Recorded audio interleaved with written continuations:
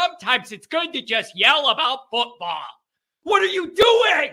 Don't do this to me, Harry!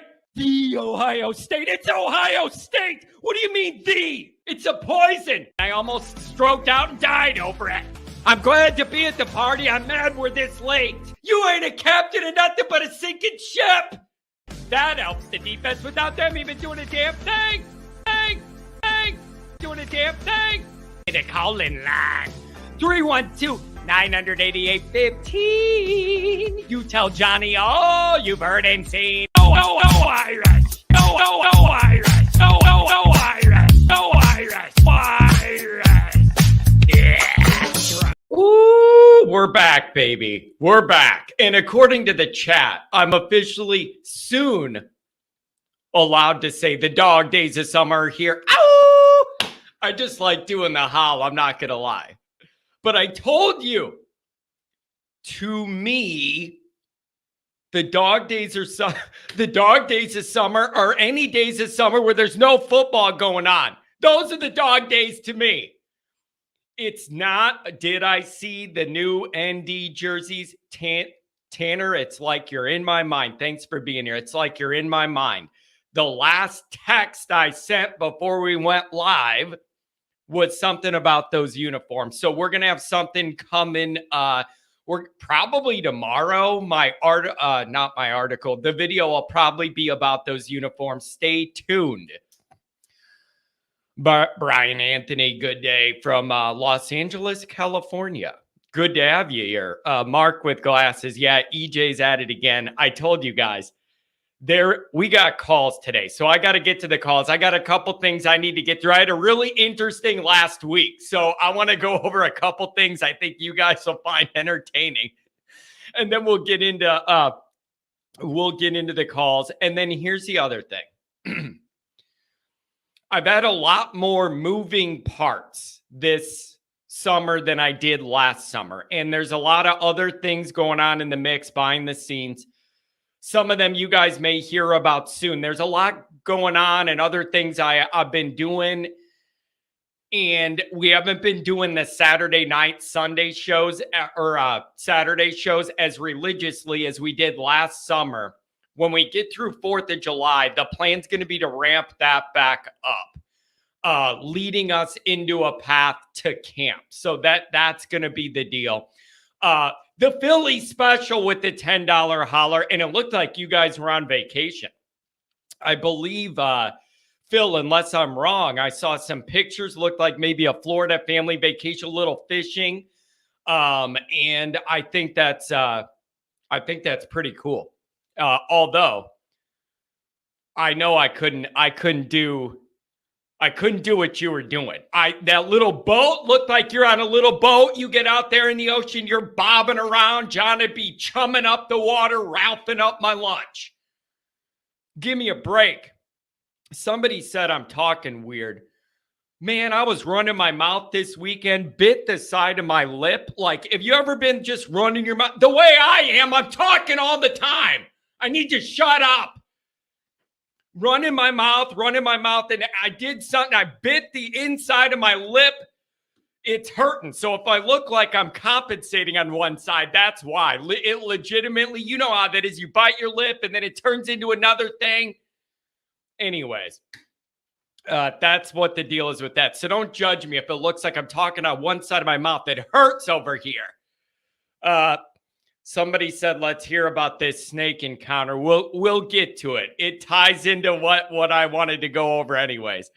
But Phil, thanks for the $10 hour. I'm glad you guys had a good vacation. Really nice family. You deserve it.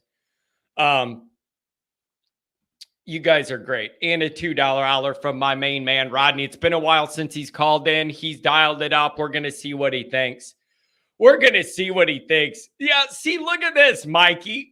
John, we're just a few days away from the dog days of summer. I know how jazzed up you are about it. My definition for dog days of summer has nothing to do with like the actual calendar of when summer is. It's football related, and the dog days means it's kind of hot out and there ain't no football. Any day within that window is the dog days. Oh, oh, oh. And I just like doing that. Jay Carr, why y'all so confident we can go 11-1? Haven't seen a team live up to expectations in my lifetime. What can go wrong will go wrong. I'm Jay Carr's being like a little facetious. But at the same time, like literally that's where a lot of Notre Dame fans are. That's where a lot of Notre Dame fans are. And that is why, even if there's hype or even if whatever, people are waiting for the other shoe to drop, something bad to happen. Because for 30 years, every time Notre Dame's been in a moment to be able to change that narrative, it's gone against us. And it's not like a victim thing. It's like you can't act like we haven't had anything to do with what's gone wrong. Sometimes you're just playing a better team that's going to beat you, whatever, in a lot of these moments. But too many of them are Notre Dame not doing the right things to prepare and perform in a big moment. And that has been, I told you guys, I can't say my whole life. I was 4 when we won a championship. But my entire life that I can remember has been nothing but failure for Notre Dame. The bigger the stage, the bigger the fail.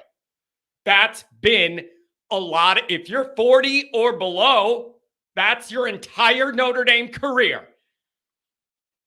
And it gets in your head. And then every time you think this is about to change, blah, blah, blah, blah, it doesn't change. So I understand and I feel that. And at some point, it's just got to change. You got to win one of those moments. Like Ohio State last year was one of those flashpoints. Like at some point, some Notre Dame team's got to be the one that changes this. But I cannot blame anybody. Recruiting and with the on-field results, I cannot blame any Notre Dame fan that's like, I'll believe it when I see it. I want to be excited. I want to think on the high end. I want to be glass half full. But I need to see it. I need to see it. And I don't blame you for that. So it's just it's a rough road.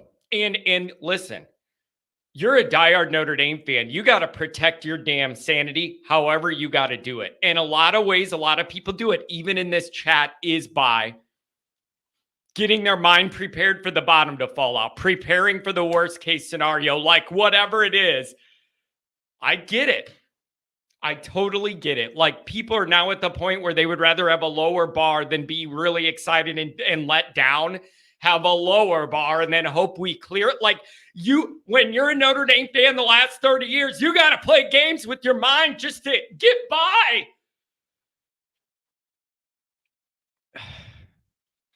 So I understand it. All right, let's get into this. Obviously, the program's on YouTube. Do hit subscribe if you haven't yet. Appreciate it very much. Give the video a thumbs up. That helps Yanni Boy out as well. Twitter, search bar Always Irish or at Always Irish Inc. Emails alwaysirishnd@gmail.com. Audio only anywhere you want it. You can get it if you don't want to see my face. Nobody blames you for that. Most definitely not me. USA Today Irish Wire. You can read all about it. Patreon.com/Always Irish. Former captain, leading tackler Mike Goolsby and myself breaking it all down. I'm struggling here, man. Oh, boy. All right, here's the deal. Let's get into this first. I feel very out of the loop.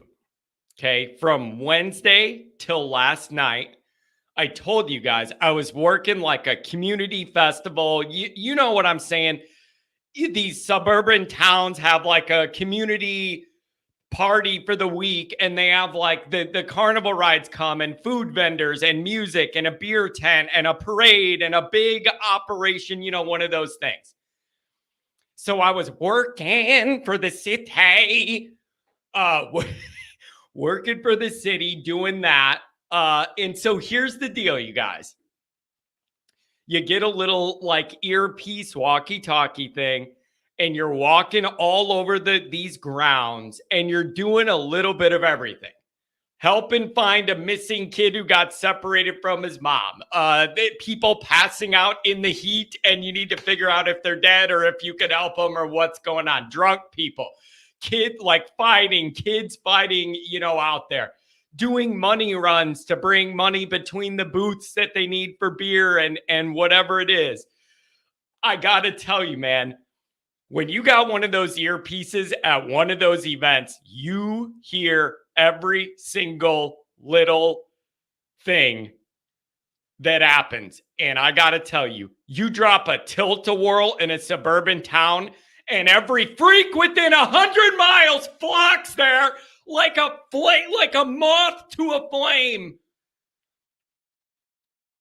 Wednesday, Thursday, Friday, Saturday, Sunday, you drop a tilt-a-whirl in an elephant ear hut. And it's amazing to me the people that will flock to come by. So that's what I've been doing. And yes, at the end of that, a little security. You do a little security when you need to. I got to lay hands on a rowdy 15-year-old going for the money bag. It was the highlight of my week. We were almost the same size, too. He was like 15. But he was lunging for our money bag.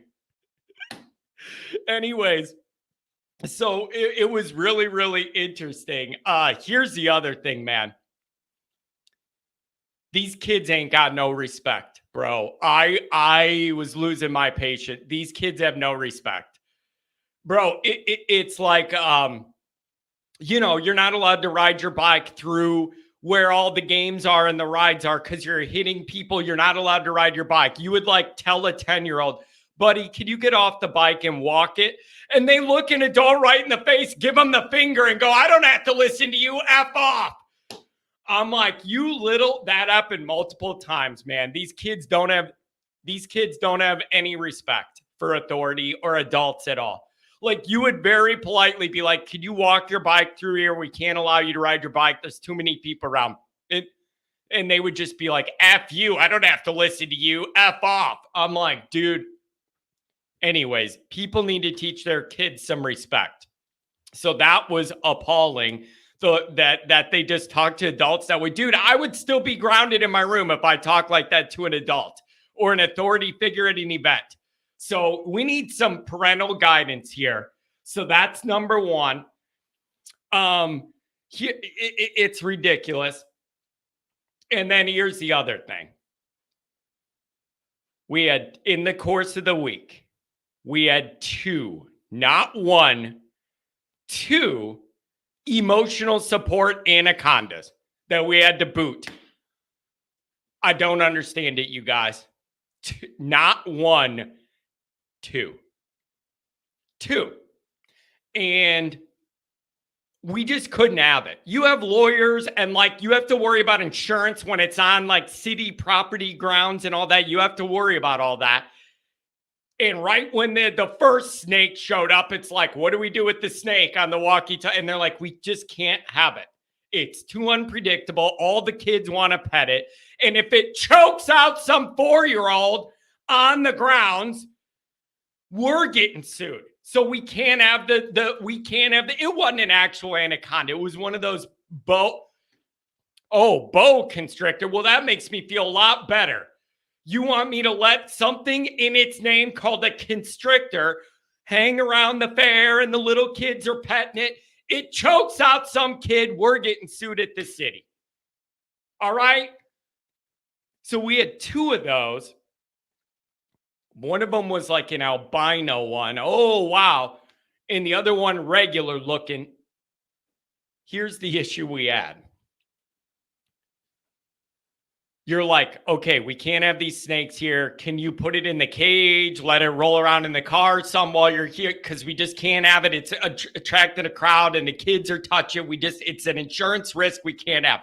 Oh, don't worry. Billy the snake's friendly. He would never bite or do anything. Yeah, well, good for you. Test that theory at home. Not here. Here's what this turned into, though. Did you pet the snake? Bro, I was talking to the people from 7 feet away. I don't mess with no snakes. Trust nothing without legs. You can't trust anything without legs.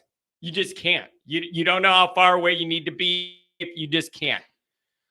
You can't trust a snake. Here's the issue. These people were all saying, John loves petting the snake. Different kind of snake, Chief. The issue is, all these people were saying, this is my emotional support snake, and you're not allowed to discriminate because I need an emotional support snake. And if you guys kick us out, we're going online to tell everybody you discriminated against us. And one guy was a veteran, and they're like, this is my PTSD snake. And they're saying, like, if you kick us out, we're telling everybody you're, like, discriminating against us. Bro, how can a snake offer you emotional support? All it does is sit there waiting to kill. Sitting there waiting to kill. I don't understand it. So then this turned into, you know how this goes. I'm already freaked out. I'm sitting there on the radio like, what do we do with this? And it turned into the whole, you're being, one of them was you're being a racist and you're against a veteran that served our country with, and the girlfriend saying the snake's a part of him. And where he goes, the snake's got to go. That ain't true. Put the snake down over there. You walk over here. It ain't a part of him. The snake isn't connected to his body. Put the snake. Yeah, but you're walking around with an 8-foot snake.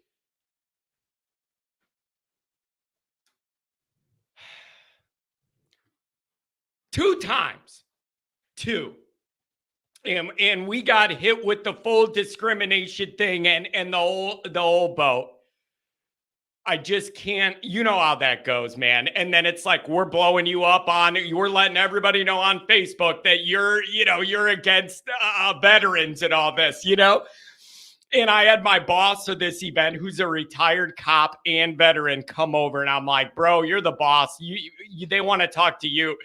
And they pulled the veteran thing, and he's like, don't pull that card. I'm a veteran, and I guarantee I saw a lot rougher service where I was than whatever you were doing. And this has nothing to do with being a veteran or anything. We just can't have a snake at the family event. It's not sanctioned. Get your snake out of here. What if the snake is a Notre Dame fan? Well, good for him. Be a Notre Dame fan in a cage somewhere, in a zoo. Unbelievable. So we had 2 snake issues, and it made me think of this show because I've gone off about emotional sports snakes before. That Snoop movie, that stupid Snoop movie, Snakes on a Plane. Yeah, it's real. People want to fly you. What do you mean? Sit next to a guy with the snake on his neck? I need the emotional support after being somewhere where somebody who needs emotional support has a damn anaconda around their body.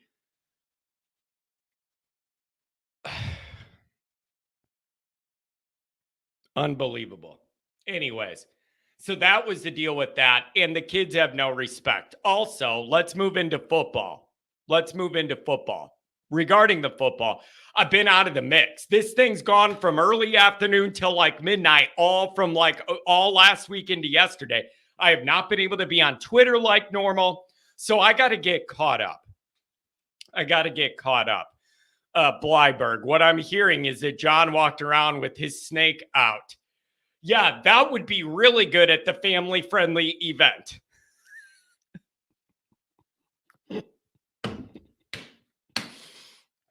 Oh my gosh. That's funny. Yeah, somebody's saying the ACC is about to crumble. I would like to know what I missed. Dr. John, snakes are recognized as an excellent emotional support animal.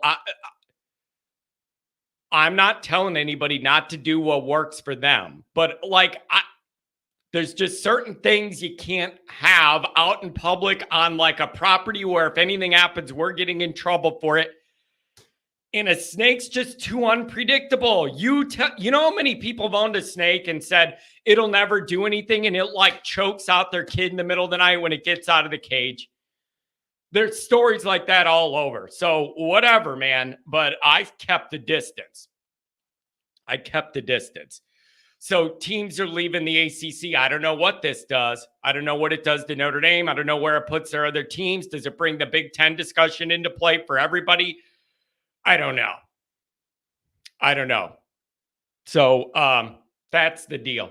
All right, I got one thing I need to go over, and then we're going to give it to the callers. I'll make it quick because we actually do have a decent amount of callers. I want to give you guys your time, but there's a couple notes I did catch up on for the weekend that I want to go over. One of them, this came from ISD. Jamie Uyama over there, he does a good job, long-time guy. It was about blue chip rate. John, I'll research what would be the best snake for you. A dead one!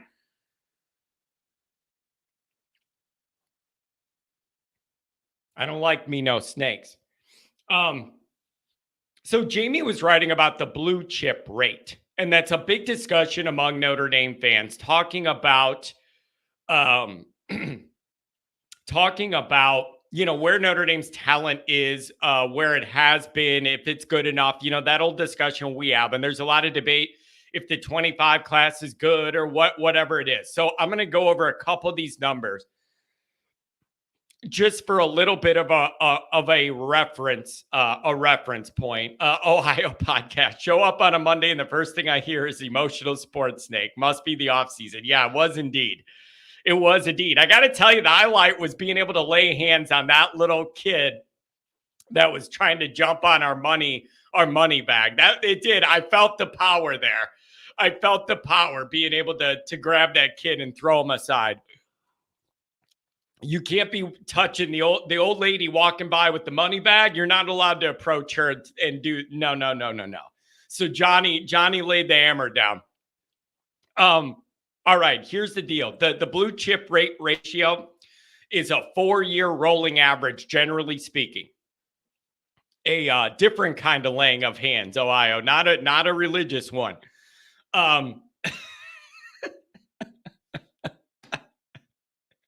I love this show. We have a good time. 4-year rolling averages is how they kind of calculate that blue chip rate. From 21 to 24, 67% for Notre Dame. It was 55% for the rolling average before Freeman arrived as DC. Okay, so you're at 67 now. It was 55 before. There's a lot of different reasons for that. I'm not saying it's all Freeman, but that's something to keep in mind.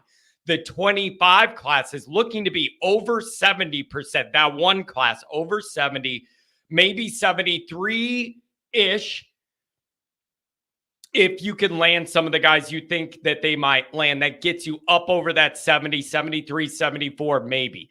That would be an 18 to 20% increase in blue chip rate since Freeman's arrived in South Bend as DC and then as head coach. That's a big deal. Everybody who thinks he's not getting better talent and whatever, I know what you're going to say. I don't care what the numbers say. There's no talent. It's no different. It's no better. I'm just giving you the numbers. 18 to 20% increase in blue chip rate onto your roster is a big deal. That's a big deal. That's a big shift. That's not a 5% increase. That is a big deal. That does not promise winning. That does not promise Heismans. That does not promise good playoff performances. It does not promise any of that. I'm just saying, objectively looking at those numbers, there's math that says the talent's getting overall way better in a big way. And I know people are going to name individual people and whatever, Gordy's not a 4-star. You're going to name specific things that don't match that profile. That's fine. But I just thought these numbers were interesting, and Jamie did a really good job breaking them down.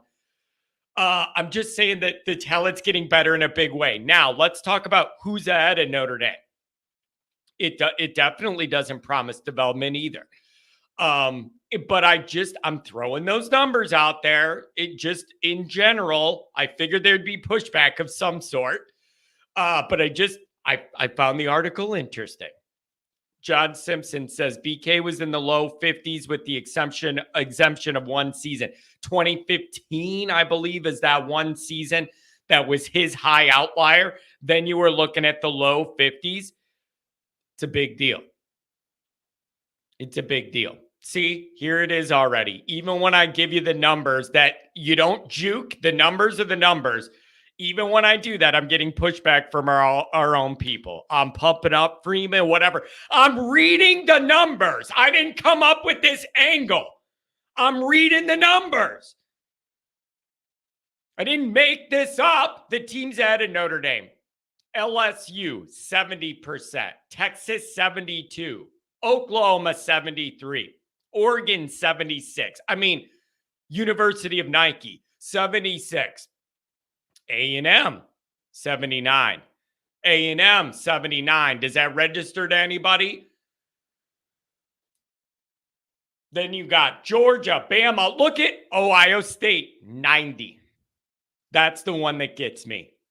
Ohio State, 90%. Bro, that is some real deal recruiting. 90% blue chip rate is that's really, really awesome. So that they're at 90. But I want y'all, so Notre Dame's 9th as that rolling average goes over the 4-year calculation. That puts them 9th. But again, it's like 18 to 20% of a jump from where it was the rolling average before Freeman was here. It promises nothing. I'm not saying it promises success, but we're all saying you need more talent, and you're getting more talent. And so what was this? Yeah, the talent spreading out. The other thing, it was talked about that there used to only be a couple teams that could like reach these impressive numbers, a blue chip ratio, whatever, and it's starting to spread out and there's more teams or whatever, how you could do it. So take all of that however you want and interpret it however you want. It doesn't matter. I don't believe the numbers, whatever angle you need to do for your little thing to stick and your little angle here to stick, go for it. I just found that article very, very interesting as far as the overall talent level. And then it could go up if you finish out 25 the right way. Isn't the 5th supposed to be a big day for this? July 5th, like whatever. I feel like my inclination is Notre Dame wanted June to have more commitments from that batch that like visited Notre Dame the week I was there, like a month ago, whatever that was. Like there's I think they wanted some guys to shut it down and go, I'm going to Notre Dame, I'm shutting it down. That didn't happen. So now there's more work to be done in order for us to have fun. Okay. So there's that I wanted to go over. Everybody hang with me here. Everybody hang with me here on the call-in lines. One more short thing, and then we'll hand it over to you. Somebody said I was a pretty decent writer. I appreciate that, by the way. I forget who it was. I'm sorry I scrolled through it. First, thanks for viewing my writing. And then number 2, the kind words. I will totally admit this. Writing it's not my natural delivery platform. So it is easy for me to do a video or come on here. Like I can wing it. This is my natural avenue. The writing's not. It takes more effort and I got to be in the right mind space to be able to sit down and write a good article. And it's hard for me sometimes. So thank you. I'm working on trying to be a better writer with this stuff, but it is not my natural delivery method. This is it. For better or worse, this is it. This is what you're getting. All right. Here's the next point, and then I'm handing it over to the callers. Riley Leonard won the Manning Passing Academy. Okay. He beat out Connor Wegman, by the way. Does that name interest anyone if you're looking at passing and what could be possible or whatever coming this year? Maybe Connor Wegman in a part of the group that Riley Leonard beat out. Mr. I think Notre Dame should be excluded from the playoffs until they join a conference. You can think that all you want, but it ain't going to happen. But you can think it all you want, and you can say it all you want, but it ain't going to happen.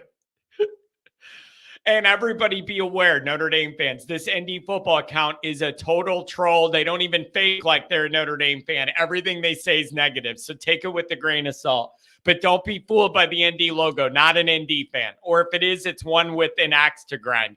Or it's Jack Swarbrick on a burner. Like, it could be Jack Swarbrick on a burner. I'm open to that, too. I don't know who it is, but they don't like Notre Dame. That's for damn sure. That's for sure.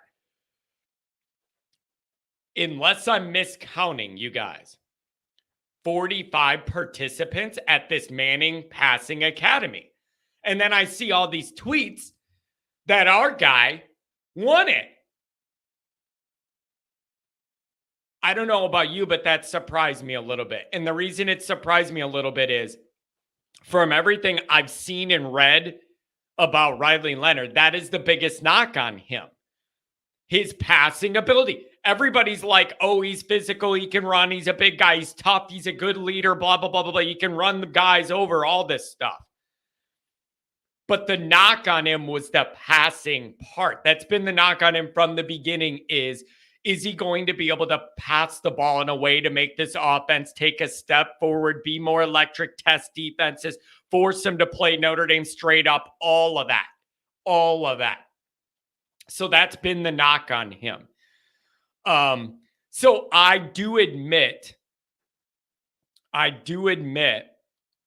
was a little surprised by that. Pleasantly surprised, because that's not a strength of his. That's everybody gives me a hard time about the completion percentage and touchdown numbers, even though it was Duke. So you don't have the best talent on the outside. You don't have the best offensive line. Then again, Notre Dame didn't exactly, maybe they do this year, they didn't exactly have the best talent on the outside either. So it's not like that is an automatic fix at Notre Dame. So there is a talent deficiency on the outside for Notre Dame as well. So really kind of eye-opening. I think a lot of Notre Dame people even were like, because the narrative's been, tough kid, good leader, but not the best passer, accuracy on the deep ball, touch, all that kind of thing. So that was really good to see him compete. You guys, I looked at the list.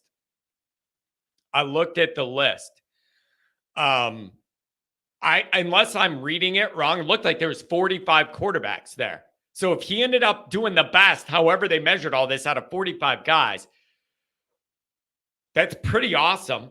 And let's not forget this. Not only is that awesome that he won the event, what is our number one, before we even worry about completion percentage, what's our number one worry about Riley Leonard? Being healthy. Coming into August, ready to go, 100%, clean bill of health, let's let it rip. He's out there doing that. It makes you feel pretty good that the guys, obviously he must be in pretty good, almost 100% health. So that's all on the plus side for Notre Dame, but it genuinely surprised me. I'm out of the loop, haven't been on Twitter, busy every night doing this stuff. And I'm like, okay, wow, that's the guy, the biggest knock on the guy. And he's over there winning this event against 45 guys, including Connor Wegman, who we play week 1. Good job. So he's got to stay healthy. Now here's the thing though. And I was talking to Adam Dowling about this. Here's the thing though. I feel like Notre Dame fans are burnt out on the transfer quarterbacks. There is not nearly the amount of excitement with Riley Leonard that there was with Hartman. And I know it's not just because I was promoting the Hartman NIL event when he first came to town and I built it up because that was my job for the event, to build it up and get people in line to get his autograph and picture. I know that I don't have that kind of impact in the fan base. So I pumped the Hartman thing up last year. It was like a week. It was right after 4th of July. So it was exactly a year ago. I was pumping it up. Oh, Hartman's here. It's all going to be different. Come get an autograph. Doing my promo thing. I know it isn't because of that.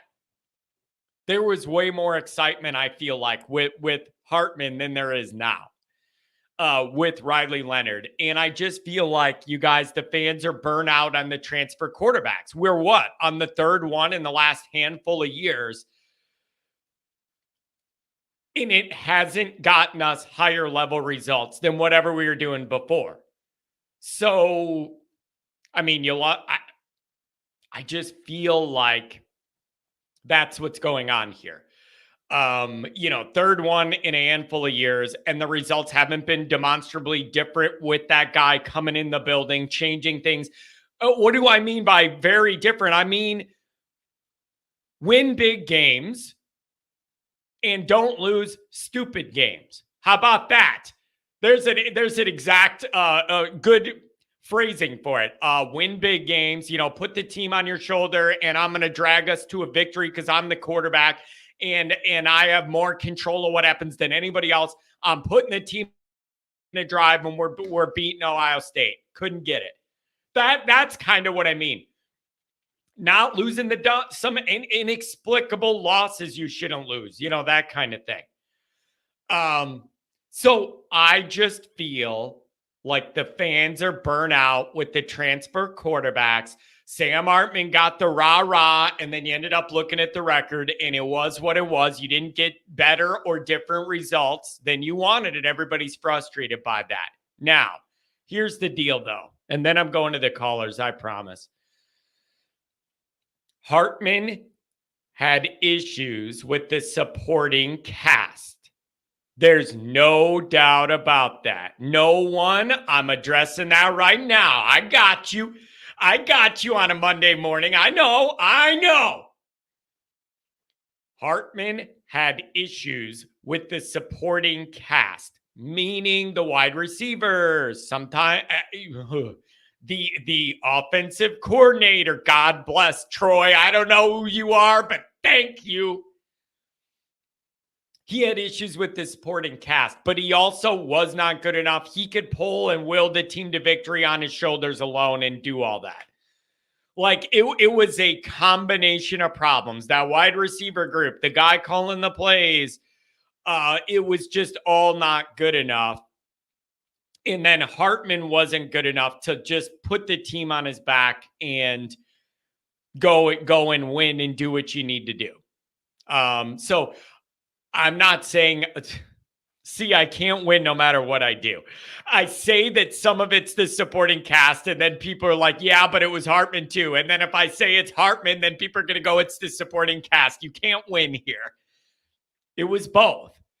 It started with Parker, the inability to properly scheme up and plan and adjust and do all that. It was very below professional level what you need.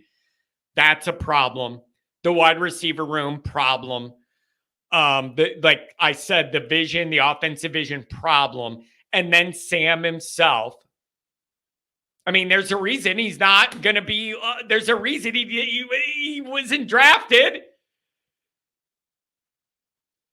So he was not able to put the team on his back and rise above. So it was all of that stuff. So I just feel like somebody's saying Hartman won the Manning Academy too. Did he really? Never mind. No.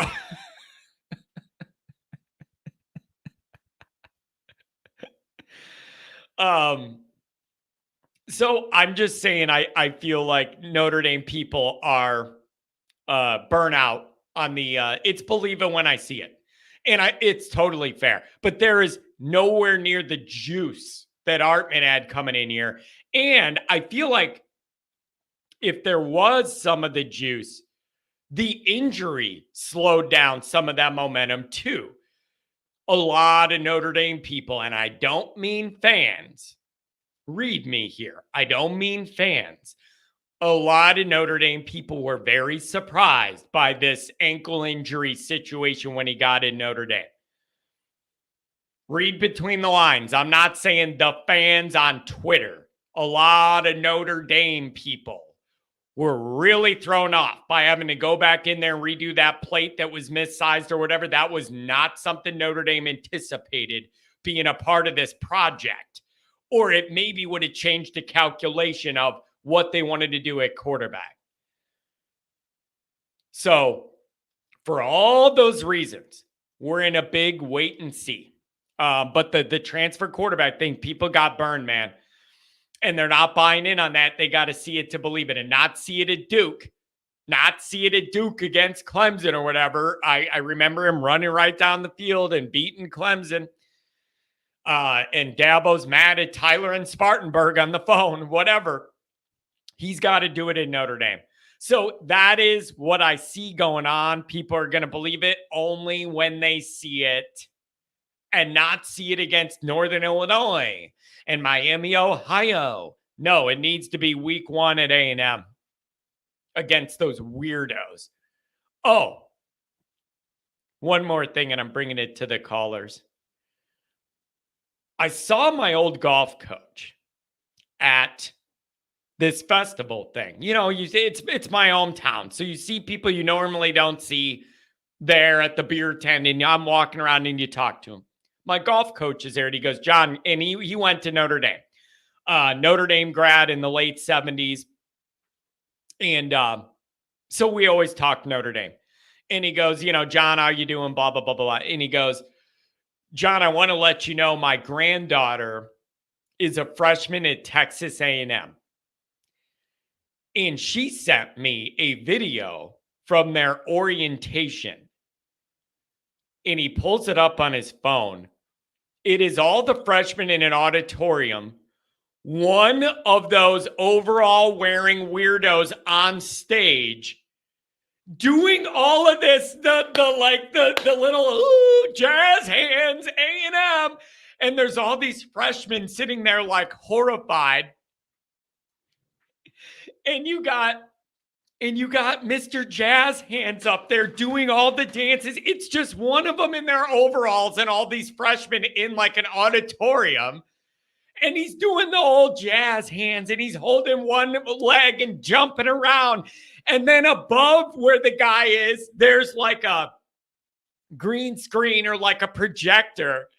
And it's saying like, rah, rah, here, raise your hand here. And it's like giving you a word by word description of what this guy's doing. It's the weirdest thing. It's the weirdest thing I've ever seen. And it's bizarre. And Notre Dame's got to win.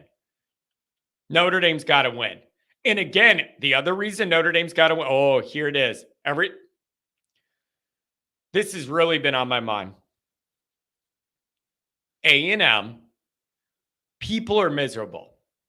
Okay, that we underestimate what a big deal college baseball culture is because we don't have it at Notre Dame.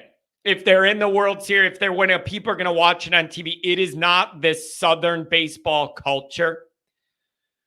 John, why do you have to point me out to the chat? Are you fake news trying to control the narrative? I have an obligation to let people know that when somebody has a Notre Dame fan logo, but they're not one, that they understand what they're dealing with when they're on my platform. And that's my decision. That's my decision.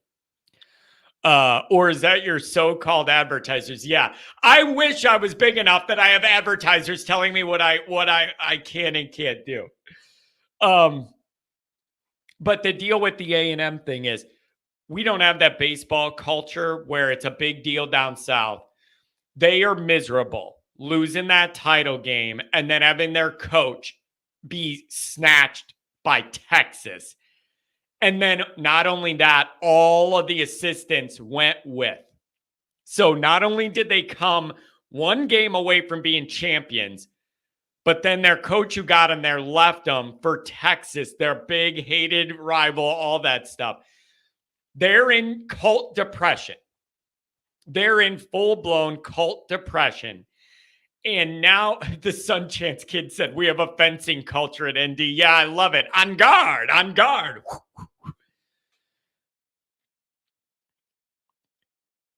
These people are miserable.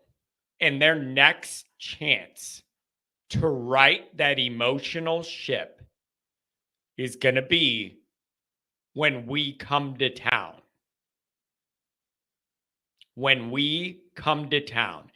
They're all looking at it to feel better. That is their number one thing they got. That's their light at the end of the tunnel that's going to make them, because they're all so miserable and embarrassed.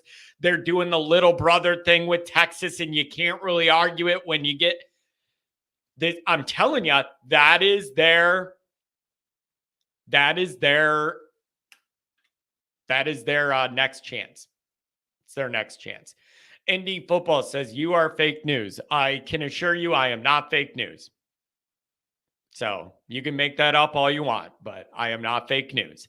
I've told you guys before, you could tell me I'm wrong for my takes. You could tell me you disagree with my takes, but when you start insulting my integrity, then we have a different line you crossed.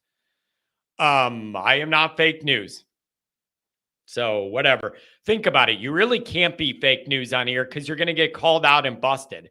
That's the other thing. It's like impossible to go on YouTube Live and then lie about everything because you're going to get called out. You can't do it. Anyway, so you got to make sure A&M is denied all of that happiness. Notre Dame wine and cheese, $5 hour.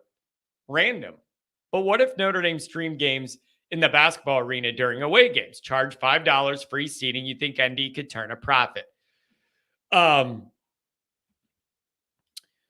I remember, maybe they still do this, not too long ago, they used to play the home games in the basketball arena, and it was free.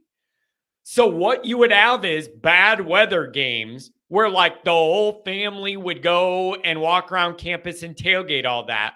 And then in that gym, a lot of times what you saw was the mom and the little baby or whatever would be indoors out of the elements, and the dads would go to the game and then meet back with the family and leave. I've gone there for, before I started Always Irish, I've gone there without tickets just to tailgate or whatever. And I didn't get tickets or didn't want to sit in the stadium because I didn't care about the team we were playing. And I'd rather sneak a book bag of beer in there and sit there and drink my beer and watch the game on that thing. I've done that before too. The issue is for away games, I don't know how that works. Or would you have enough people willing to want to go to campus for that specifically when the team's on the road? I don't know, but I know they did it for home games, and people really appreciated having a place to sit and watch the game for free out of the weather. Some older people in there that just don't feel like climbing into the stadium and doing all that. So yeah, that is interesting to me. And I've thought about, how do I rent out a cool bar or whatever, the upstairs of some bar, and do an away game watch party where it's just our group and we rent the second floor and maybe me and Goolsby are there and we do a post-game show live and it's our people drinking in there. We have the games on, whatever. I don't know. I'm open to whatever. 419, you're on the line. I'll get all you guys in, so hang with me. What's going on, buddy? Hey, what's going on? What's up? Yeah, I was just going off of what you were just saying with Riley Leonard winning that air it out. If you really think about it, we just saw a quarterback known for his legs do that with Leonard, and then days ago, Deuce did the same thing at Elite 11 with the on-3 MVP for passing. So I think it kind of shows a lot, because we have a lot of people that just say, they can't pass, or their accuracy, and I think that should go a little ways to change that. Yeah, but don't you understand? I totally understand I believe it when I see it with Notre Dame quarterbacks now. I get it, man. Like people are very, very jaded. Like some very loyal Notre Dame people I know are very jaded. And they're like, I don't care about any of this crap. I will believe it when Notre Dame's quarterback is the reason we win our big games. And that's where a lot of people are at. And I can't tell them they're totally wrong. Yeah, I think the biggest surprise out of that Manning passing camp is who the hell invited Drew Pine. I saw he was there. I thought that was hilarious. I don't know. I saw like a list of like, it looked like about 45 guys or whatever. I don't know if it's just goes out to, if that goes out to like anybody who's a quarterback in like Power Five. Like, I don't understand how they do that. Is it an offer? Like, do they have to invite you or sign up if you're an active college quarterback? I'm not sure about that. Andrew Gilmore says, John, are you doing live shows with Goolsby on Patreon soon? Yes, we certainly are. And we're working out the details on that and how to make that all work. The tech's a little different doing it on Patreon than it is here. That's definitely coming. If not in the summer, it's going to be a key feature in the season. So, Andrew, we're definitely going to do that. Anyways, here's what I like about it, Mark. I have been told that is the weakest part of Riley Leonard's game. And that was the knock. It was like, he's a big body kid. He's a good leader. He's tough, all this stuff. But then everybody said, we don't know if he can pass the ball good enough. That is the biggest takeaway for me is he excelled at the part of the game I've been told he's not good at. I like that. Yeah, I know Penix won it last year, and he ended up having a good year, so maybe that's a good sign. And then, like what was in the chat with, if you go CJ Deuce and Noah Grubbs, I'm thinking, how can you not be optimistic with the direction, all things considered, the last 10-plus years of what we've had to endure with worrying about the quarterback position? I think, that kind of goes a long ways. Yeah. And then let me ask this too, because I don't know how to calculate it.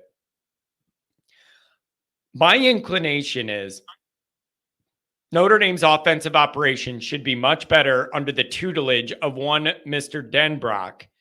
But I have no way to calculate that, Mark. Like I can't sit there and be like, you know what, Denbrock's here. That's worth 1.5 games.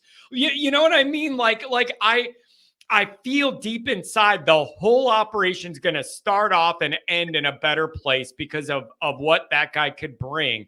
But I have no real way to measure that right now. In my mind, it's just kind of an inclination and a logical feeling to me that the offense is going to just be in a better place in almost every aspect with him around. Am I overdoing his impact? Like, I just don't know how to measure. I don't know how to measure it. Yeah, and I think it's going to be difficult to measure with the schedule the way it is. I think some of the numbers could be misleading. And I know a lot of people have said it, they worry that, it's going to be one of those years. And then when the test comes, we get exposed because of the easier, schedule. So, hopefully that's not the case. And that's why Denbrock makes a difference there because, the points per game always evens out over the entire year. It's specifically more of the games that matter, the 2 or 3 every year that we've struggled with. So that's going to be where we measure him, I think. Yeah. Here's what I need. And I've been on this for a long time. Notre Dame needs a quarterback. They win their biggest games because of. Not we don't win them at all, which has been what we've been doing for a long time, not winning them at all. And also not the defense and special teams drags the offense across the finish line a couple of times. I'm done with all that. If Notre Dame has any dreams of making real moves in the expanded playoff, a part of it's going to have to be a quarterback you win because of. And we have not had that for a lot of reasons for a very, very long time. Right. And I think to look at this upcoming season as a whole, sometimes I was last week or the week before, for whatever reason, everybody just seemed miserable and down. And like sometimes I get on here and you look in the chat and you wonder if we're even going to be bowl eligible. It's like Mark, I get it. I get it, Mark. People have been if you're my age, right around 40, you have not ever seen a Notre Dame season end successfully, ever. Like literally as long as I can remember, every season has ended in frustration and been a losing situation. And you could be like, John, what do you mean? We've won bowl games before and going out with a win at the end. Yeah, bowl games nobody cares about. Bowl games nobody cares about. Everything else has been a loss. It's all, yeah, the camping bowl was lit, to be fair. Yeah. Anyways, we have just, I feel it, Mark. I feel it. People are jaded. It cycles through, like there's pushback and then optimism. And then like, I always have to remind people, the 12 years we had with Kelly, he had 6 years that were as good or worse than Freeman's first 2, and he had 3 that were worse. And everyone like acts like he's, I don't know, he had a couple years, but those are more anomalies than what we were expecting. And I feel like the bragging about the 10 wins a season that he had, that's like the floor anymore. And I feel like with Freeman, like the ceiling's higher. And I just hate to see like this revisionist history with Kelly, because it's really interesting, man. The further away from the Kelly era I get, the more interesting I find the arc. Struggle in the beginning, then that year 3 ramp up to 12-0, and then it was like kind of okay but not great. Then it all bottomed out again, and then it got rebuilt to be pretty good but not good enough. It was a very, very interesting arc, and I just need Mark, people are ready for something different, and they're not going to believe it till they see it. And I can't tell anyone that's wrong. People are in their minds. You got to protect your own damn sanity. And I totally understand that. There's a lot of people that just said, John, I'm not buying it. Beat A&M, and then I'm interested. I have a lot of people telling me that. Beat A&M, and then I'm ready to buy in, because we just been burned nonstop. And you got all that scar tissue that I wish you saw. I just want to see us play winning ball. And you just can't get it. Right. And I think it's a good thing. We're all worried about certain things, and we're just dialed in and invested. Like I like seeing Commander getting fired up, and Andrew's like analytical perspective towards things. And I just think we're all starving for a good year, and we all point to this upcoming season as the most likely for it to be put together. So with that being said, if it doesn't come together, it's going to hurt all the more. Oh, it's going to hurt. And the difference with it is, if that happens now, like there's going to be real heat on Freeman, not just like us talking. There's going to be real heat. And so this is a critical moment. And everybody feels it. The media feels it. The schedule seems to line up in pretty much in Notre Dame's favor in a lot of ways. If you get by week 1, the schedule lines up well for you. The spacing of the schedule, and I've still had that on my list of things to go over, Mark. Some of the spacing of this schedule really favors Notre Dame.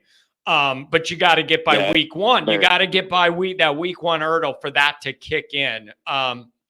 So there's a lot on the line, and a lot of people are not going to believe it till they see it. And I cannot blame them, man. I don't blame them at all. You got to protect your Notre Dame sanity, and it's hard.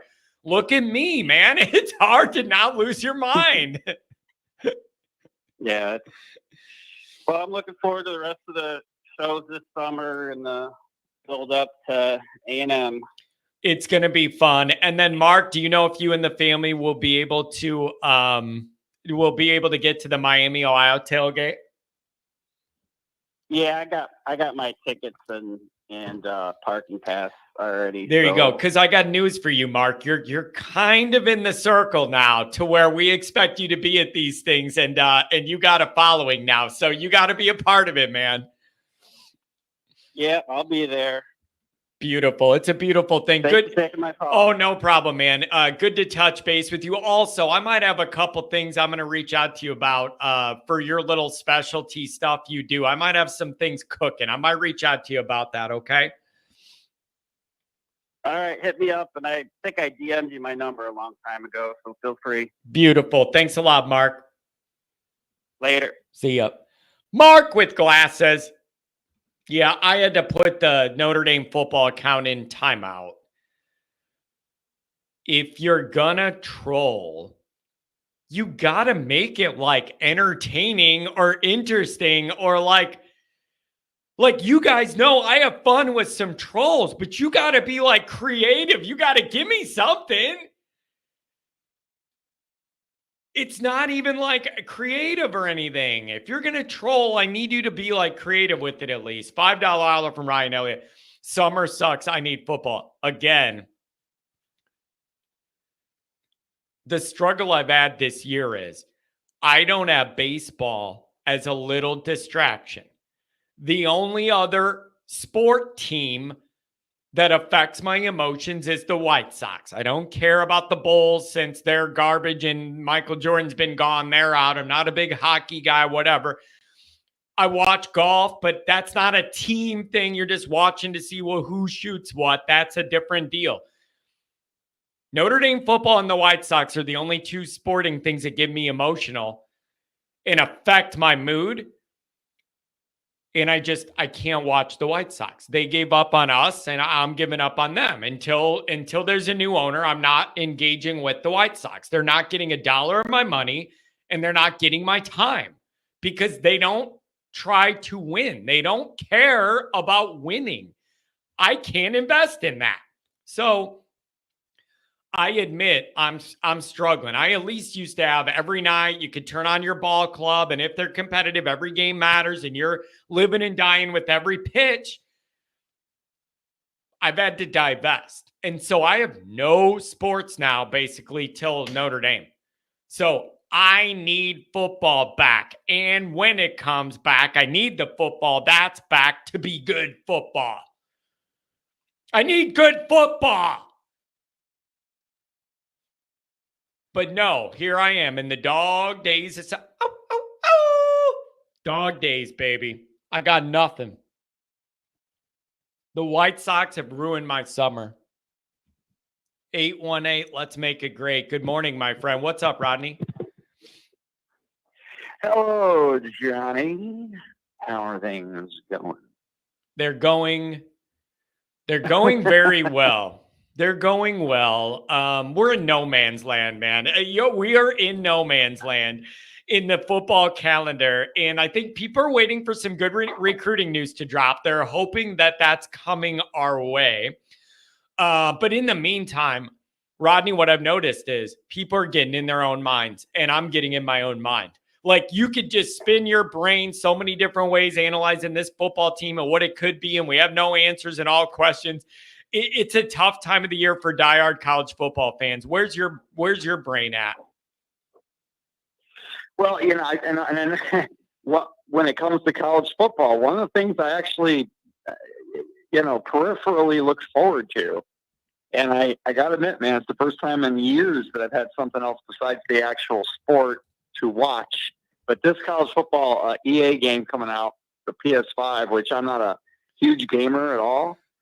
But there are certain games I like to play, and one's college football. The other is like Friday the 13th, that game. I like wrestling games. I like the WWE games. And, occasionally I'll touch on others. But Madden to some degree, but college football especially. So I'm looking forward to that. That's like, second week of July, I believe. So anyway, there's a little peripheral college football. It is funny. You're gonna have a whole bunch of guys like in their 40s vicariously experiencing football through the video game. Like, good for everybody, man. You got to have what you can get what you can have. Well, it's just, you feel like, and they have obviously, I mean, I'm talking about games I played just a few years ago, and obviously they had come a long way from where they were in yesteryear. But, I'm looking forward to that and having that control over it.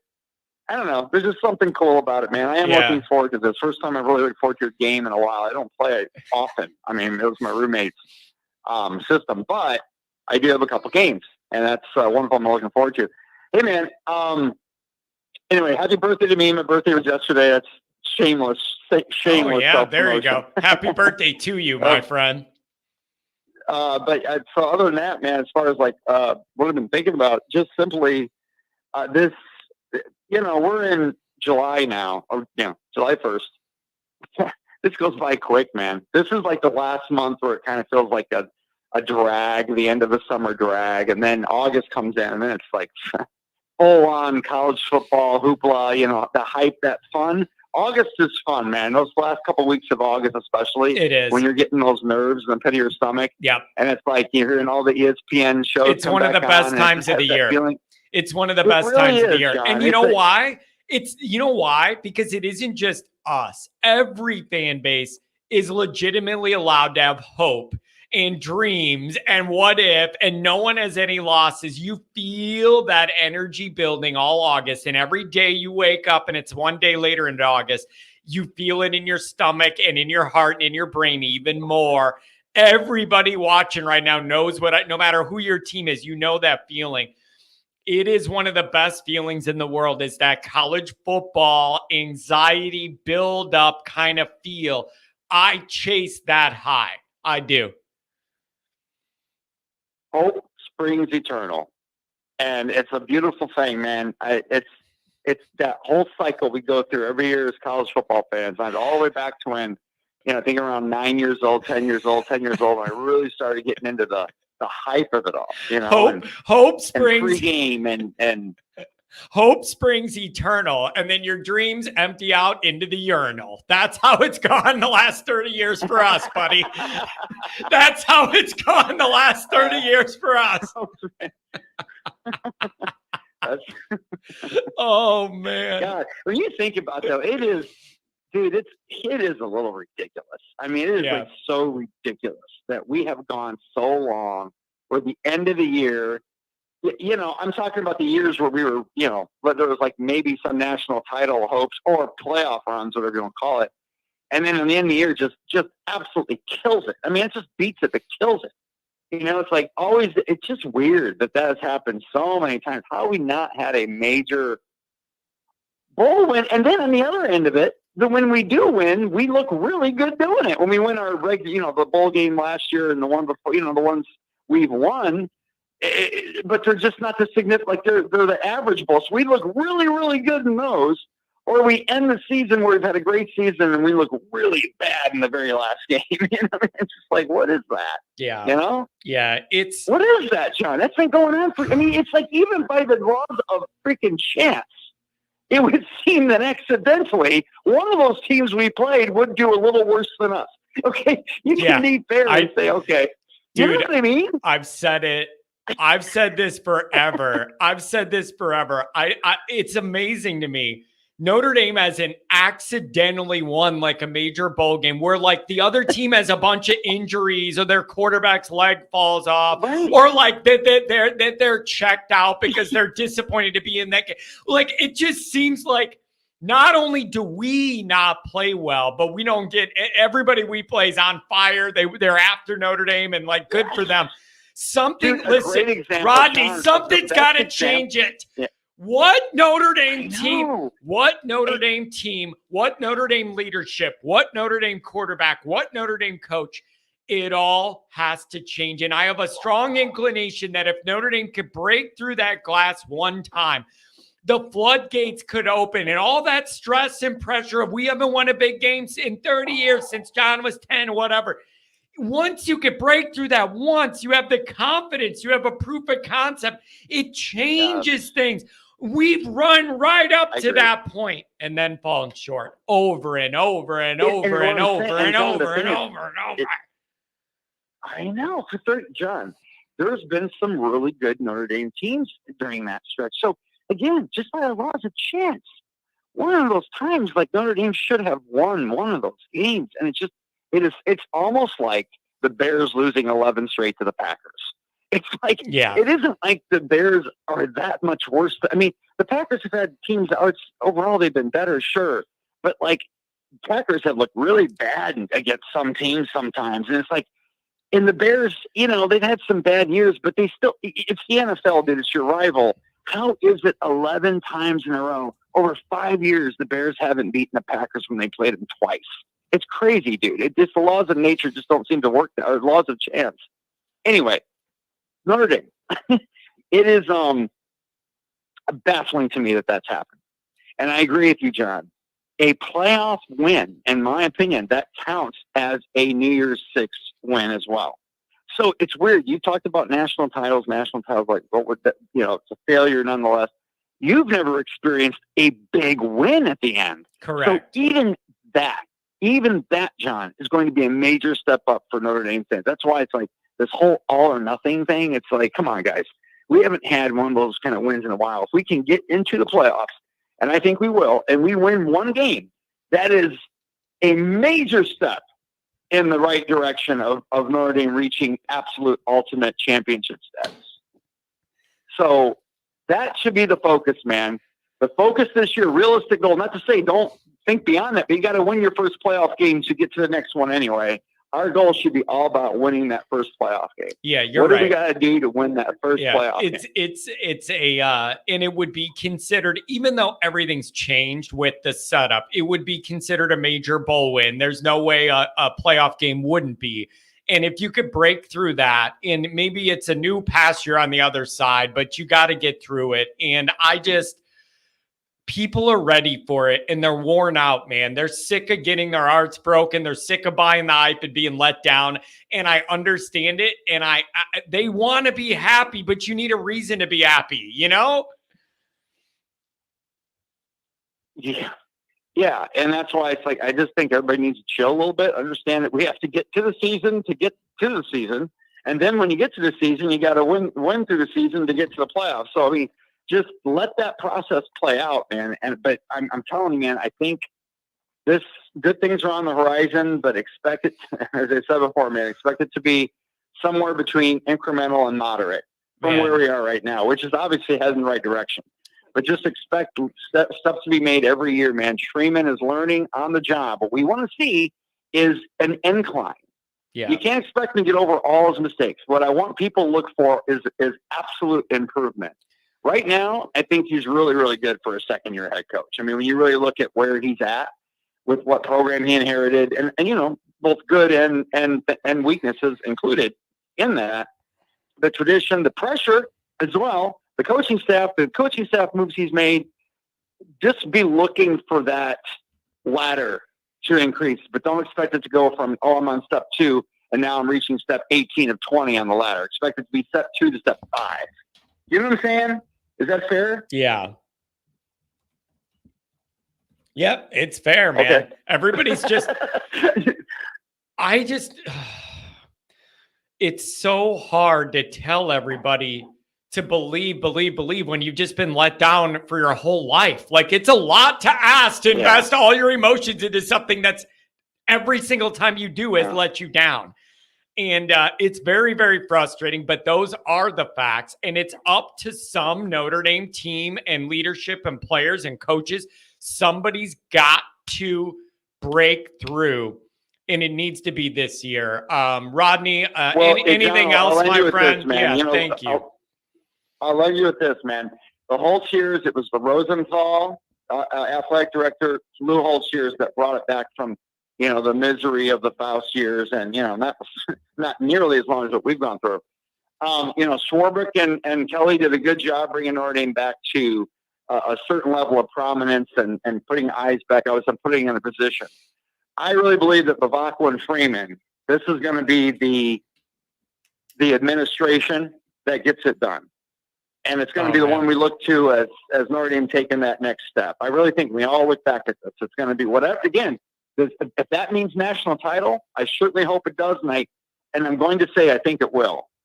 Man. But I think either way, this is the administration that's bringing Notre Dame. You know, at the least, I feel like that is happening. And Rodney, if it doesn't happen, feel free to call and blame Pat for it, okay? Like, you always have that avenue if you need to. If it doesn't happen, you can always call and blame Pat if it makes you feel better. No, you're going to have that outlet. That's a great point. That's a wonderful point. You can I always got that in my back pocket. Yeah, you can always do that. Oh, man. Thanks, Rodney. Good touch base with you. Happy birthday, brother. Have a good one. Take care. Yeah, thanks, John. Appreciate it, man. Oh, my God. Yeah, sorry. Oh, man. You guys are so full of crap. The people.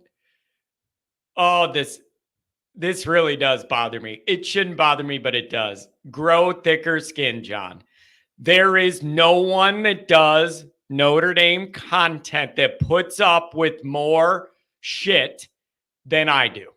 Willingly keeps people here that are making fun of me or saying I'm not good at this or I'm dumb or I'm lying. There is no one else that does this in this niche that entertains troll ideas more than I do. Name it then, ND football. Who else? Who else takes more, allows more pushback than I do? So that's the one thing that does bother me, because I give the trolls way too much leeway to where I get emails after shows going, John, why do you let these guys stick around here? And I almost have to defend my stance and say, DJ Academics, I didn't know he covered Notre Dame football. It's amazing to me. Like, I put up with a lot of stuff and I take a lot of personal shots on here and roll with it a lot better than a lot of other people, where if you disagree with them on one thing, you're blocked, you're gone. Give me a break. So the grow thicker skin, no way, man. I allow a lot on here. People literally just say, John, you're a liar, you're an idiot, and I'll let you be in here and I'll troll you back. Like, give me a break, man. I give people a lot of leeway. I give people a lot of runway here. And you really got to cross the line for me to, like, do something. Like snakeskin, John. Yeah, there you go. Emotional support snake. And then all the little kids want to be by the snake. And I'm thinking, well, this kid's going to get choked out by the Ferris wheel with the whole town's getting sued. Give me a break.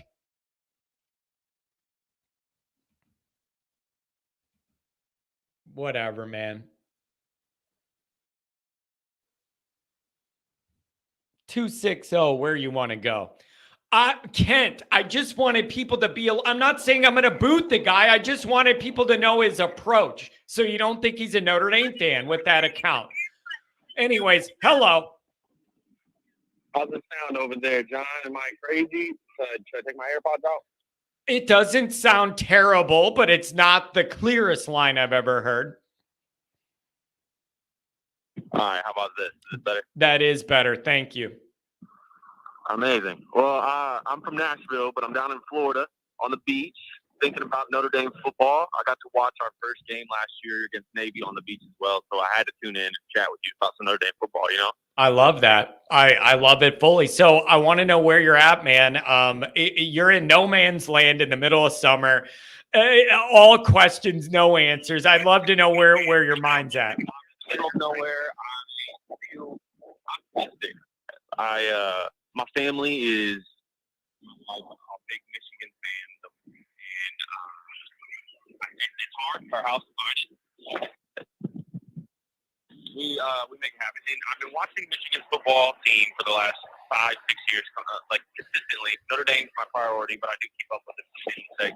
And I think there's an archetype that Notre Dame's approaching that's very similar. Notre Dame and Michigan ran similar offenses for years. They're very run heavy, very conservative, very sure-handed, get a lot of bigs up front on both sides of the ball, kind of ground and pound. Play very similarly at first. For a long time, John wasn't getting over the hurdle of beating Ohio State, wasn't getting over the hurdle of beating consistent wins. I feel like Notre Dame used the same exact formula in the last 10 years than that. And there was a moment where the shift happened, and I think having somebody like a J.J. McCarthy who could extend plays and wasn't going to be a Heisman quarterback contender, but he was a guy that could sell outside the pocket, extend these plays so that when their ground attack wasn't completely just like hitting on all cylinders, they had drives alive. They didn't have stud receivers. They don't have they have a couple of decent tight ends. Their offensive line, their run game, and a quarterback that had at least one weapon outside was enough to make that offense figure it out over the next years. And by the time they hit the playoffs, it was just rinse and repeat. Learn what they did from the first year of losing, and then execute the next year, and they got the championship. And I feel like Notre Dame is approaching that same angle with Riley Leonard and with these quarterbacks that we have rolling in with DJ and Deuce, where they're going to be quarterbacks that can actually extend plays. Not Ian Book can extend plays. Ian Book's more like a Brock Purdy, unless he has weapons all around, it's not going to be that effective.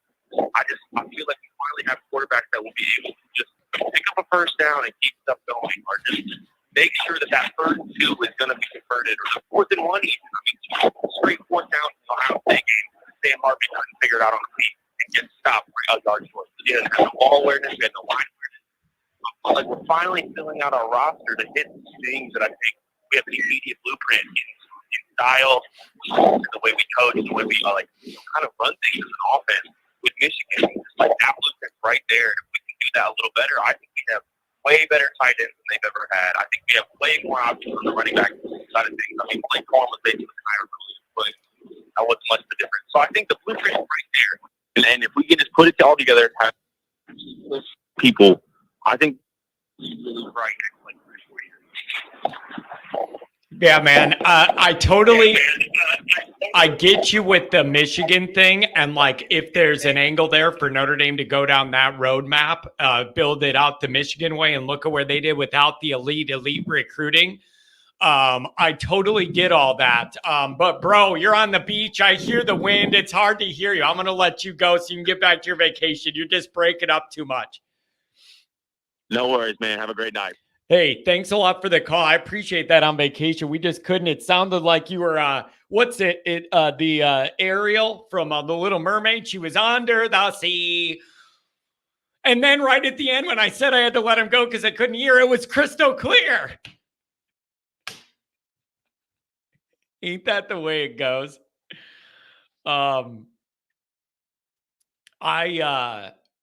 I'm going to respectfully ignore a lot of the comments coming in right now just because I have to. And but some of them are funny.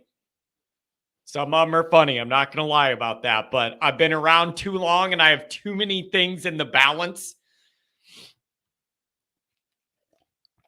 to say anything else. So whatever. You guys are funny. Some of the things you say. I just can't always join in. 815, make it come alive. What's going on? Thanks for holding. Hey, very mature of you to stay out of everybody's jokes of the person who shall remain nameless. It's not everybody's. It's just there's certain things that I've learned. You don't go there. I respect everybody. I know the work. I know the work it takes to do content in this whole thing with articles and video, and it's a lot of work. Everybody serves a role in this niche and they all do something specific that the fans want or whatever. And everybody works hard. And I genuinely mean that. All right. My question is, let's talk 12 seed. You seem very confident and maybe a little overconfident that the group of 5 team is guaranteed the 12 seed. I want it. Why? Because I don't see it that way. Here's why. In my mind, if you're a group of 5 team, there's no way you're playing a representative competitive schedule the way Notre Dame and all the Power 5 teams are. Therefore, why should you get to play lesser teams and then be ranked higher?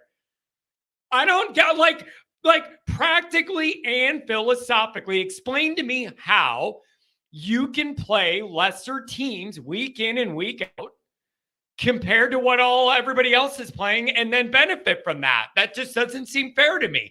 If we're including you in this at all, you should get the last seed because you have an easier schedule than everybody else every year. Yeah, but we've seen this already. They've done it. Like, we've seen it. I got the teams. You ready? Oh, God. All right. 2017 UCF 12-0. They beat one ranked team, Memphis, in the title game. Their Power 5 opponent, North Carolina, canceled. They ended as the 12th seed. Okay, so there's your 12th seed. 2018 UCF went 12-0 and finished 8th in the CFP. They beat Pitt, was their only Power 5 team they beat, and then they beat 24 Cincinnati. And they finished 8th. And your theory on all the Big Ten teams and SEC teams are going to eat each other, and, there's going to be more losses within there, that just increases the chances that one of these teams can, run the table, beat one Power 5 team, and then be higher than 12. Man, we know Cincinnati 2021. Yeah. Hang on, a couple more. We know Cincinnati. They beat Notre Dame. Thanks a lot, Kelly. Anyways. Bingo card. They beat Houston 21 and Notre Dame 9. So one Power 5 technically team, I guess you could say. They went 12-0, finished 4th. 2020 Cincinnati beat 3 ranked teams, none of which were Power 5, and they finished 8th. So they would have been higher than 12. And then here's the weird one, which is you can kind of take this how you think. In 2016, Western Michigan went 12-0. They beat 2 Power 5 teams, 7-6 Northwestern, and 3-9 Illinois, and they finished 15th. Oh my God! So they were right on the cusp, beating 2 shitty Power 5 teams. Yeah, here's what I feel like happens a lot with this playoff committee, and I know it's going to change now that there's 12, but I always heard with the 4, like, strength of schedule matters, who you play matter, blah, blah, blah, blah, blah. They say that, but at the end, it never felt like they really held that against anybody in a major way. Like, they didn't hold it against Michigan. They played like one team all year. And and so it ended up being like, just have the least amount of losses at the back end on your record. And so I don't think any of us, dude, I don't think any of us know. I want to be honest about this. None of us know what this is going to look like when it takes shape. Like, I want it to be, do you agree with me? Notre Dame's best path forward is 5 seed, and then you play the Big 12 champion who's not probably going to be ranked ahead of the SEC or the Big 10 champion in that second round. To me, with Notre Dame ineligible for round 1 bye, that is their best path into all this, is host the 12, hopefully at maybe a lower level G5, whatever, and then the Big 12 champion. That would be the best path for a Notre Dame the first 2 rounds. Do you agree or not? Agree, but I'm just saying, don't expect it. Third team in either the Big 10 or the SEC could potentially get the 12 seed, and then a group of 5 team can get like the 10, like 9 through 11. That's not off the table. Yeah, it's just, and so much of this, I was thinking about this seeding. Think about what a big deal this seeding process is going to be. Like, the difference between Notre Dame hosting a playoff game in South Bend in December compared to going on the road to the Big House or to LSU and to see our old buddy down in a swamp, whatever it is, it's a big deal. That's seeding, those little differences. How do you parse out one seed versus the other, one different, and it's a home and away? Those are huge swings. Who gets those home games that first round? Yeah, the home game is the most important, but all I see people saying is, "Oh, we get the 5 seed, we play the group of 5 team." I don't see it that way. We've seen multiple teams get higher than a 12 seed in the playoff format that they've done, going undefeated and beating. I just listed them, beating maybe one Power 5 team and then one ranked group of 5 team, the resume's not that great, and they're doing better or they're outranking other teams. Yeah, it's it's going to be a grand experiment. I'm so intrigued because I just have no idea. None of us have any ideas. All just guesses of when this takes shape. I don't know what it's going to look like. And I don't know where Notre Dame's going to fall in it. I don't know whether this is all going to benefit us or not.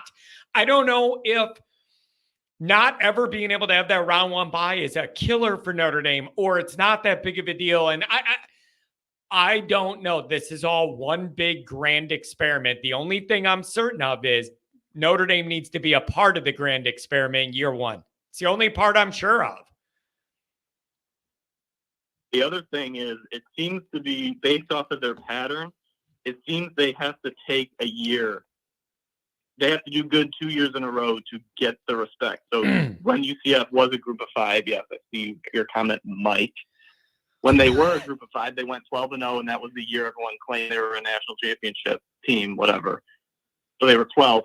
Then the next year, they moved up to 8th. When Cincinnati in 2020 was undefeated and they finished 8th, and then they finished 4th in 2021. Remember, we played in week 5, and they were ranked, I think, like 7. So they already had kind of like a backbone year, like, okay, we're a pretty good team. So then the second year is when they really made like the playoff push and then ended up getting in. Yeah. So it seems it might not take effect this year, but let's just say Liberty again. So Liberty was undefeated, went in the playoffs, and they got smoked. Let's say Liberty goes undefeated again, and somehow they're like, okay, Liberty went undefeated 2 years in a row. They did get smoked in 2023 against Oregon, but maybe we put them as the 11th seed because they went undefeated 2 years in a row.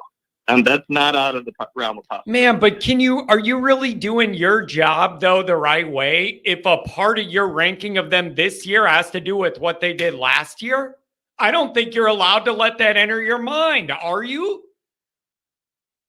Well, it affects where they start, which ends up affecting where they finish.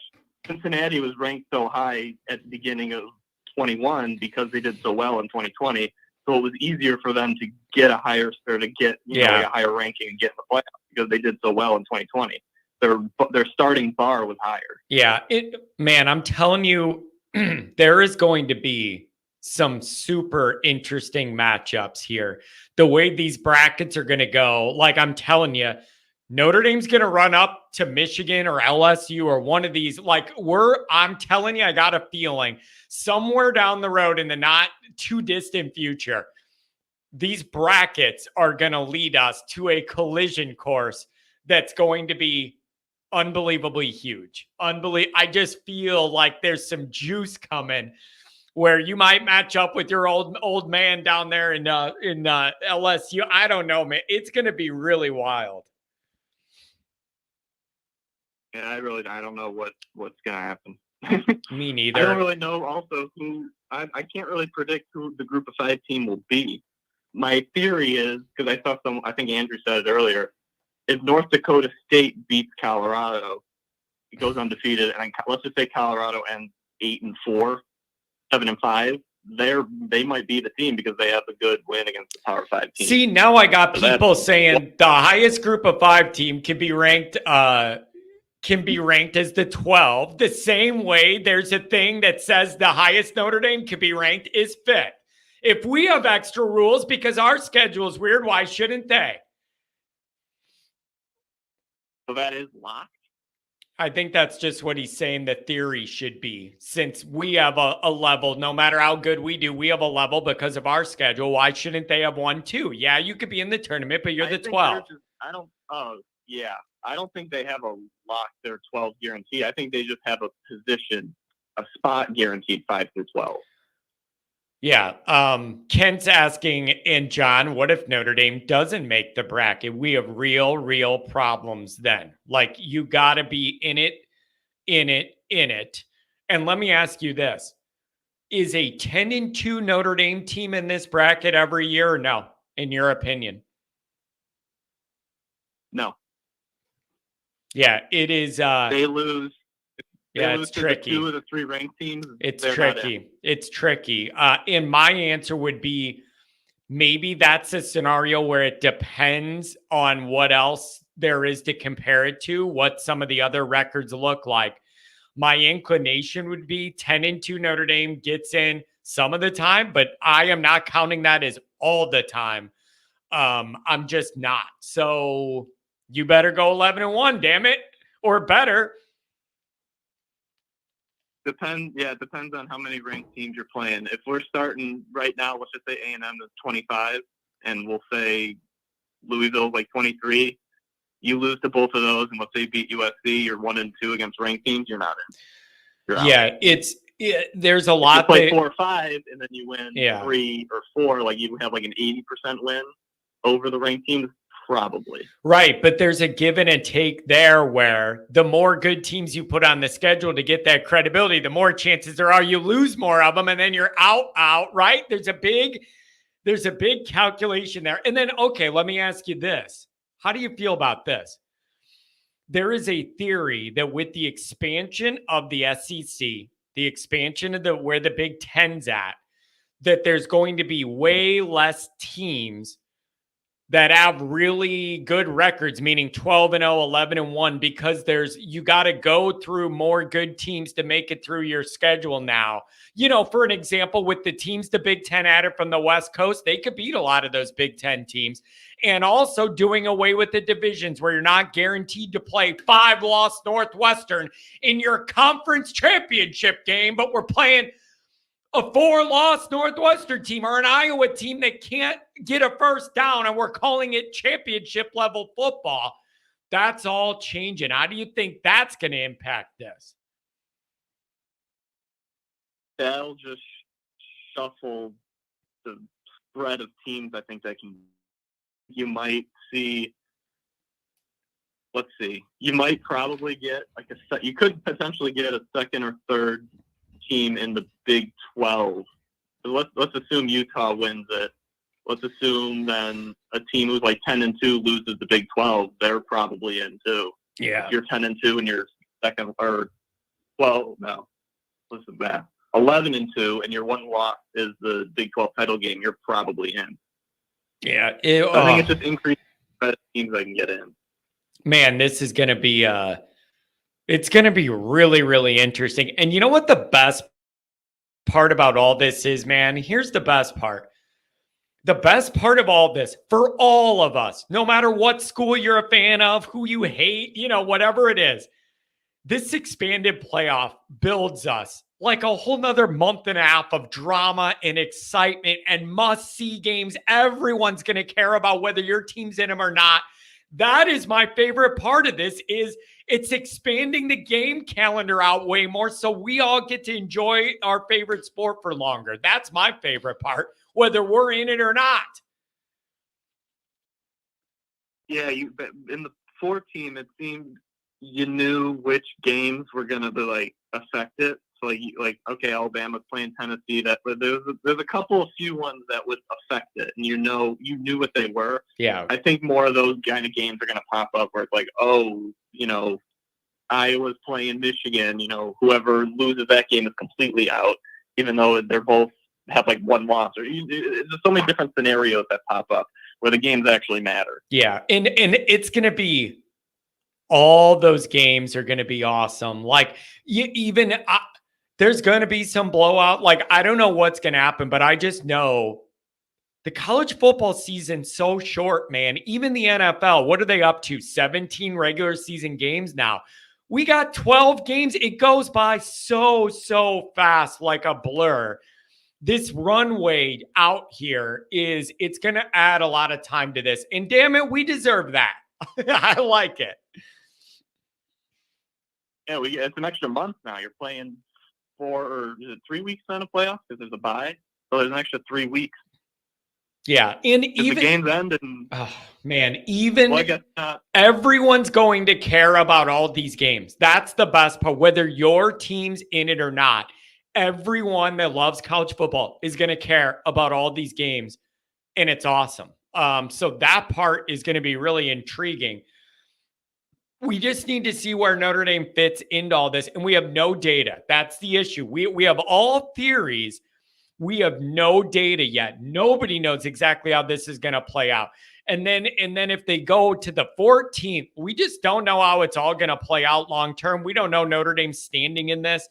There's a lot to learn. People were talking about the ACC maybe being close to being in real trouble. I don't know what happens to Notre Dame if the ACC folds and all those other schools sports need a home. There's a lot of moving parts here, and we'll be here to cover it all, baby. Yep. I'll leave you with this. I was watching some of the clips from that Manning Academy. Connor Wegman missed the ball by maybe 15 yards. So there you go. It gave me a lot of hope. There you go. I like saw that. Gabriel and Leonard throw it. Leonard hit it. Gabriel was, relatively close. Wegman missed it by 15 yards. I like that. I see you're 815. What area are you in? I live in Texas now. I used to live in Frankfort, Illinois. That's a long way from the 815, baby, because it's showing up as an 815 Kankakee County. I'm wondering what suburb you're in. You're like, Texas. It's a long way from the 815, baby. Same number. Yeah. Hey, man, I really not an 815 anymore. I really appreciate the call. And I got to tell you, crystal clear phone lines. Thank you. You're doing me a favor on that one. I appreciate you, buddy. Give me a call again. You got it. And start giving those Texas people a hard time. It's never too early for that. Never too early for that. Homer TD, $20 holler. I miss him, man. He's always the first caller. Tony, always the first caller on the Saturday night shows, and I just haven't been able to do them. Family stuff, people in we've had a lot going on. But we're going to get back into those because they really are quite fun. So after 4th of July and all that, we'll get back into it. This was a fun show. Feels good to be back. Just busy last week. I like getting back into my routine, being focused and with you people. Snake issues, man. I got it. I'm just not okay with it. Here's the other thing. Can't you put one of them rubber bands on your snake when it's in public? Is Dr. John still with his woman? He's got 5. Oh, women, plural. Yeah, you're right. I was going to correct you. He's got at least 3 girlfriends, 3 different states. Can't you? I thought about this when we had the snake issues and we had to tell them they couldn't be here, put the snake in the car, come back, bring it home, put it in the zoo, drop it in the pond and come retrieve it later, whatever. If you're going to have that snake like that, couldn't you literally put a rubber band or whatever they do where it can't bite you or nothing? It just bothers me.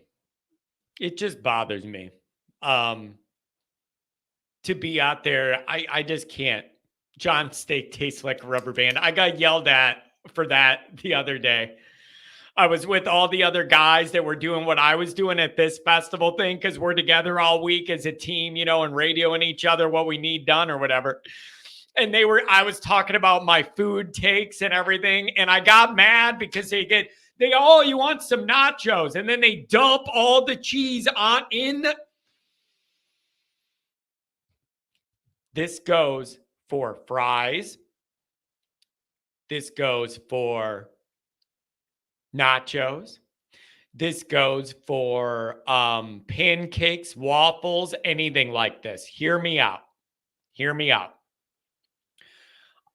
I think you're a lunatic if you're like, I want nachos with cheese, and they give you the thing with the nachos, and they just dump all the cheese on there.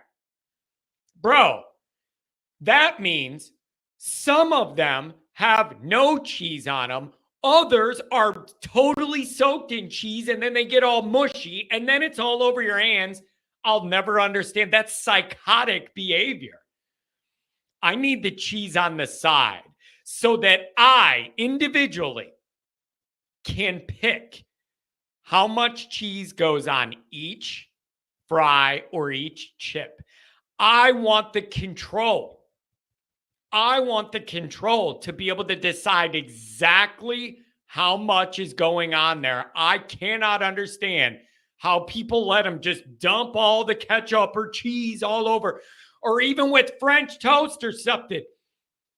Something like, I'm just going to dump the syrup all over it. No, you put it on the side. And each bite, you get to make the decision. I don't like that decision being made for me. But that lady at the nacho hut acted like I was crazy when I'm like, I don't want it just dumped on there. Give me a cup. I don't like it. I just think that is like, you're giving up so much control. I want to be able to control every bite, how much ketchup goes on a fry or whatever. You are psychotic if you just dump it all over them. Some of them have nothing. Others are soaked and mushy. It's the worst. It's the worst. Do you have wine with the cheese? Different kind of wine and cheese. Different kind of wine. John, do you tip when they flip the screen around to you? Don't get me started on tipping culture, Andrew. Bro, that's a different episode. Maybe that's a Patreon. I'm not even getting into the tipping thing. It's absolutely ridiculous. It feels to me like these companies don't want to pay their people working wage, and then they put the guilt trip on us.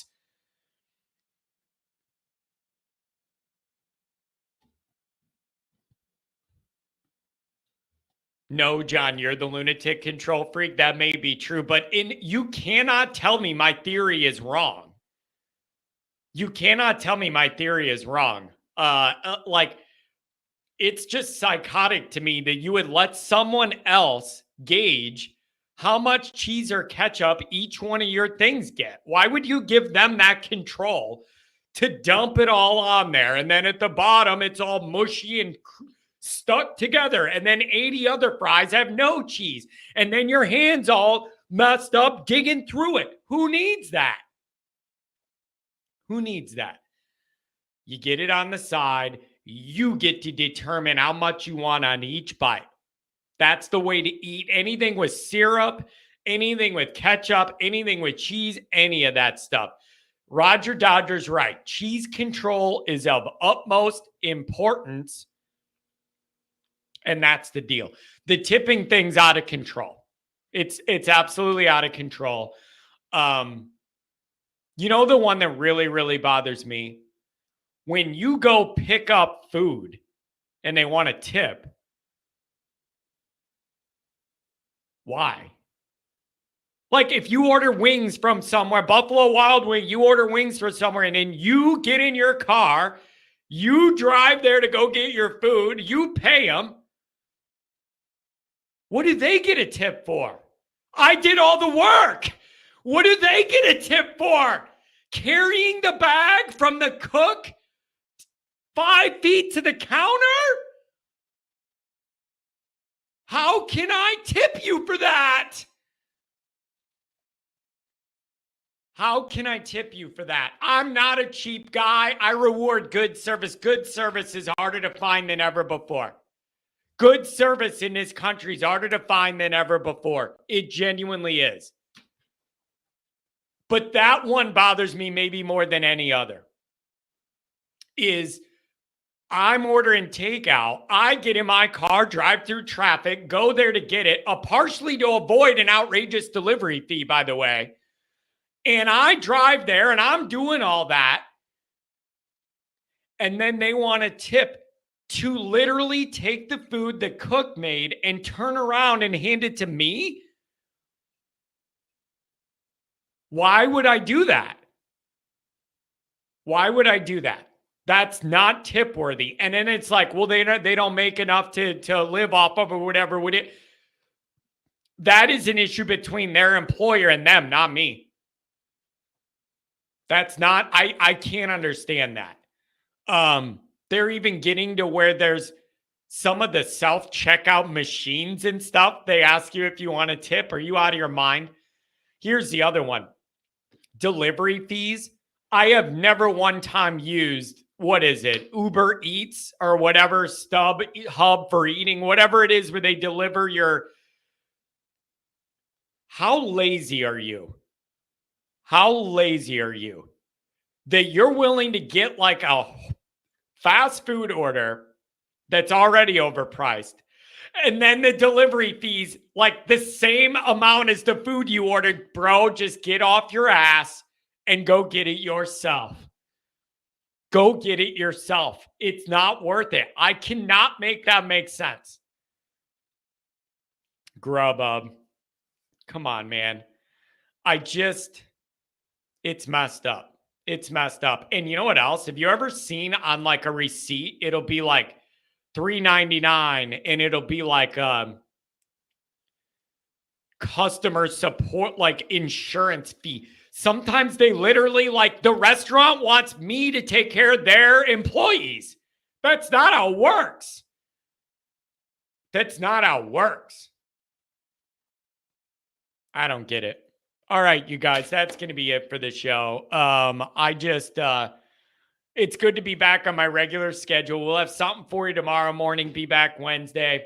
We got to get it cranked up. I tell you guys all the time, you get by 4th of July, the lights at the end of the tunnel, you can see football from there. And that's where we need to get. We're almost there. Get through 4th of July, and we just got a few more weeks, and then we're there. And then we see what's going to happen. So I really appreciate everybody, the calls, the chats, the donations.